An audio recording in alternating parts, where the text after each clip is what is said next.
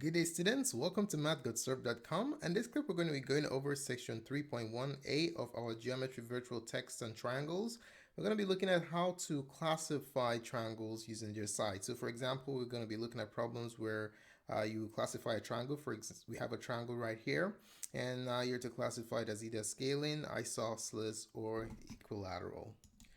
Don't forget, we have 6 practice problems at the end of this presentation that we'd like you to try out in order for us to know how well you mastered the contents of this presentation. We also have the entire course, geometry course, in the link in the description below. Also access to other courses such as Algebra 1, 2, Pre-Calc, and AP Calculus. Alright, before we get started, we're going to be taking a look at the 3 types of classification that we're going to be using for the problems today. The first one is scaling triangles. So a scaling triangle is basically a triangle where all 3 sides have different lengths, as illustrated here. You have no congruent sides. And just something to note concerning scaling triangles is that all angular measures are different. If you want to gain access to our collection of must-know vocabulary words, you can visit Mathgotserved.com under geometry, and you gain access to this document. All right, the next vocabulary terminology that you need to know for this tutorial is the word isosceles triangles. So what are isosceles triangles? A triangle is isosceles if it has one pair of congruent sides, as illustrated in this triangle below. You can notice that you have these 2 sides here. They are congruent. All right, it can be illustrated either with a measure of the angle of the sides. So for example, this side AB is 5 units long and side BC is 5 units long, so that indicates that they are congruent, or just by the markings, because you have one tick mark here and one mark here, that shows that these 2 sides with those marks have the same measure. So AB is congruent to BC, but these 2 are different from the third. So this is what an isosceles triangle looks like. And the last terminology you need to know the meaning of is equilateral triangles. Now, what are equilateral triangles? If you look at the name itself should give you an idea as to what it means. Equi, think about that as equal, and then lateral means the side. So equilateral just simply means that all 3 sides of the triangle are congruent. So as you can see in this geometric figure here, this is an equilateral triangle. Why? Because all 3 sides have the same measure. Alrighty? Okay, let's take a look at some examples. First of all, let's write down instructions. We are to classify the given triangles by the sides. Okay, so classify the given triangles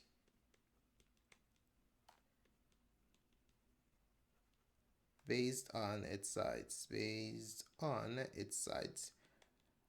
Okay, so for the first one, call this triangle ABC.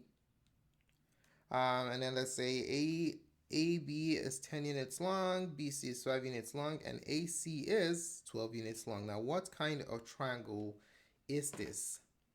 Ladies and gentlemen, this is a scaling triangle. Okay, so triangle ABC is a scaling triangle. So for these problems, we're not just going to classify them, we're also going to justify why they are the classification that we assign. Okay, so triangle ABC is scaling because all 3 sides, what? All 3 sides have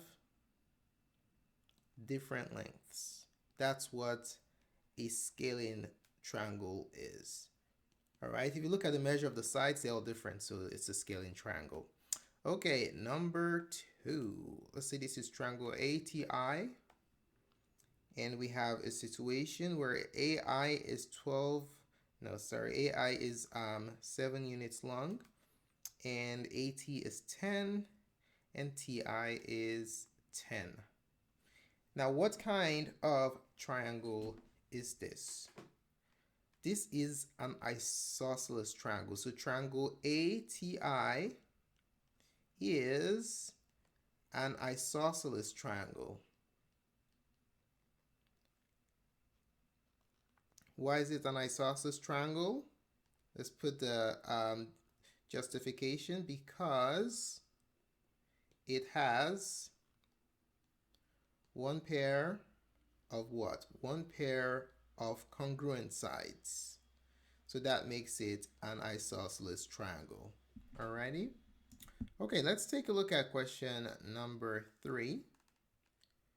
So for question number 3, let's say this is triangle HIT,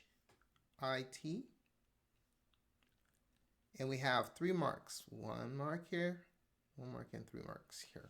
Okay, we have a mark like that. Now, what kind of triangle is this based on this information that we have? Triangle HIT is an equilateral triangle. How do we know that triangle HIT is an equilateral triangle? Well, it's an equilateral triangle because all 3 sides what? All 3 sides have the same measure. How do we know that all 3 sides have the same measure? Well, we know that all 3 sides have the same measure because they have the same number of ticks. So 1 tick, 1 tick, 1 tick. That shows that all 3 sides have the same measure. Alrighty? Okay, let's take a look at number 4. So for question number 4, let's consider this triangle that we have right here. Let's say this is triangle USC. Okay, and we have 2 tick marks here, 3 tick marks here, and 1 tick mark here. Now, what kind of triangle is this? Triangle USC is a scalene triangle. All right, why is it a scalene triangle? Well, it's a scalene triangle because no sides have the same measure, or we can also say because all 3 sides have different measures. The same thing, okay? Because all 3 sides have different lengths.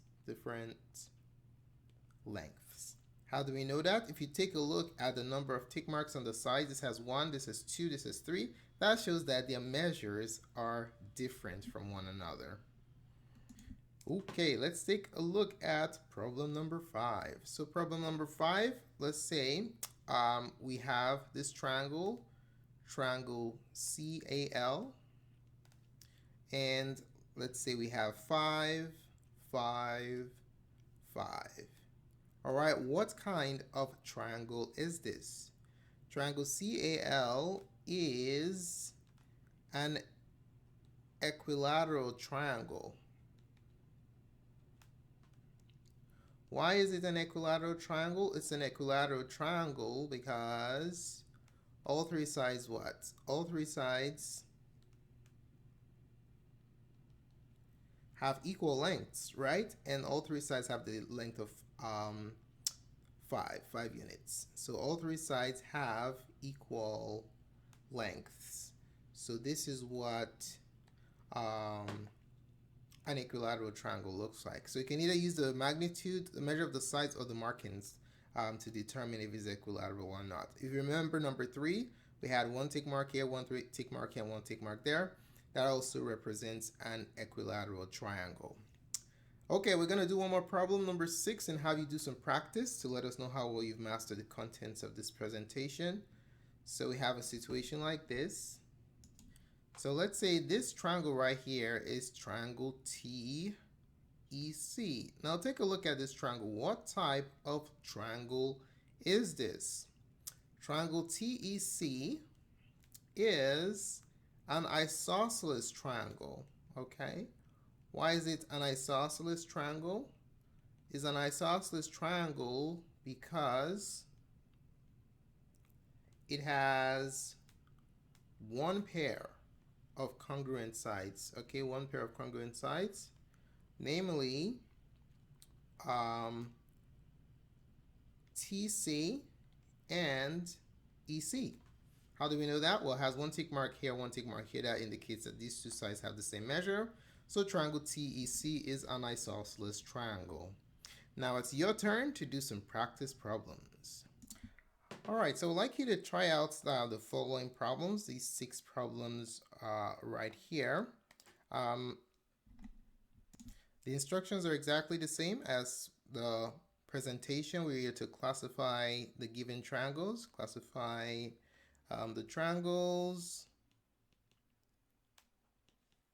using the sides, okay, using their sides. So what we'd like you to do at this time, go ahead and pause this video presentation, try the 6 problems. When you're done, click on the play button, and we're going to reveal to you what the correct answers are. You can check your work and let us know how well you did. Alrighty, welcome back. Hopefully you had a chance to try these problems. Let's take a look at the classifications. So the first triangle, WFC, is an isosceles triangle. You can see because these two sides are congruent. For number two, triangle JPM is a scaling triangle because it has no congruent sides. All the sides have different lengths. Triangle 3 is an equilateral triangle. Let me put it right here. Equilateral because all 3 sides are congruent. Number 4 is also an equilateral triangle. The side lengths are irrational numbers, √2. Number 5 is an isosceles triangle. Triangle COF is an isosceles triangle because it has a pair of congruent sides. And triangle 6 is a scaling triangle because all sides have different side lengths. All right, so how well did you do out of 6 in these practice problems? Let us know in the comment section below. And if there are any questions or comments about these practice problems or what we went over in the tutorial, just specify it below and we'll be more than glad to respond.